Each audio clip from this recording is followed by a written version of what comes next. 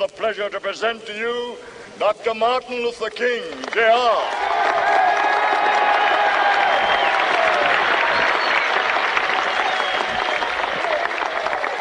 I am happy to join with you today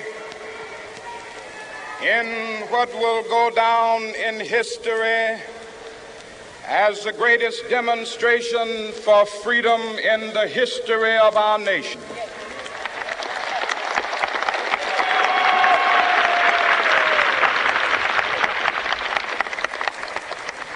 Five score years ago, a great American in whose symbolic shadow we stand today signed the Emancipation Proclamation. This momentous decree came as a great beacon light of hope to millions of Negro slaves who had been seared in the flames of withering injustice. It came as a joyous daybreak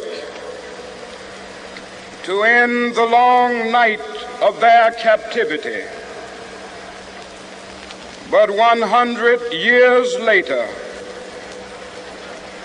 the Negro still is not free. 100 years later, the life of the Negro is still sadly crippled by the manacles of segregation and the chains of discrimination. 100 years later, the Negro lives on a lonely island of poverty. I have a dream that one day this nation will rise up and live out the true meaning of its creed. We hold these truths to be self-evident, that all men are created equal.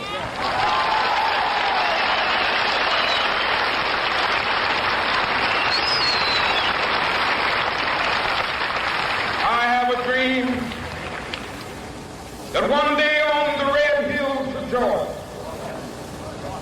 sons of former slaves and the sons of former slave owners will they be able to sit down together at the table of brotherhood. I have a dream that one day,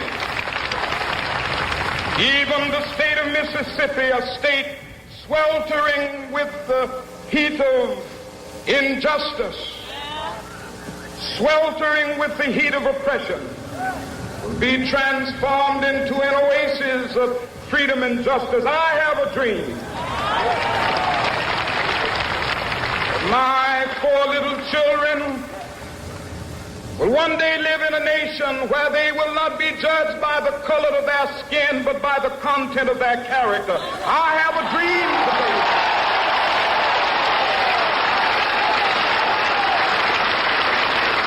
I have a dream that one day, down in Alabama with its vicious racists, with its governor having his lips dripping with the words of interposition and nullification. One day right there in Alabama, little black boys and black girls will be able to join hands with little white boys and white girls as sisters and brothers. I have a dream today.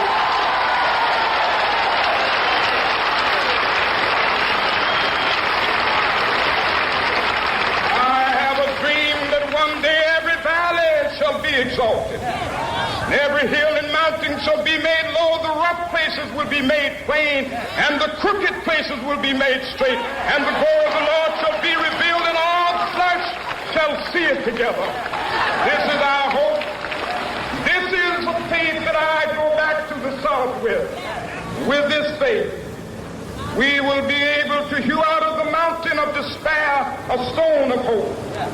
With this faith, we will be able to transform the jangling discords of our nation into a beautiful symphony of brotherhood. With this faith, we will be able to work together, to pray together, to struggle together, to go to jail together, to stand up for freedom together, knowing that we will be free one day.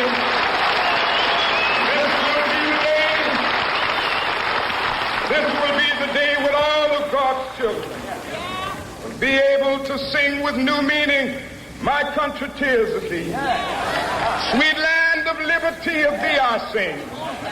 Land where my fathers died, land of the pilgrim's pride.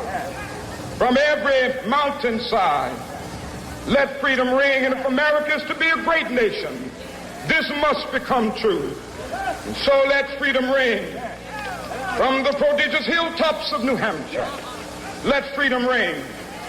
From the mighty mountains of New York, let freedom ring. From the heightening Alleghenies of Pennsylvania, let freedom ring. From the snow-capped Rockies of Colorado, let freedom ring. From the curvaceous slopes of California. But not only that, let freedom ring from Stone Mountain of Georgia. Let freedom ring from Lookout Mountain of Tennessee. Let freedom ring from every hill and molehill of Mississippi, from every mountainside.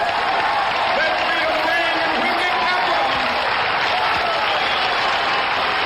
when we allow freedom ring, when we let it ring from every village and every hamlet, from every state and every city, we will be able to speed up that day when all of God's children, black men and white men, Jews and Gentiles, Protestants and Catholics, will be able to join hands and sing in the words of the old Negro spiritual, free at last, thank God.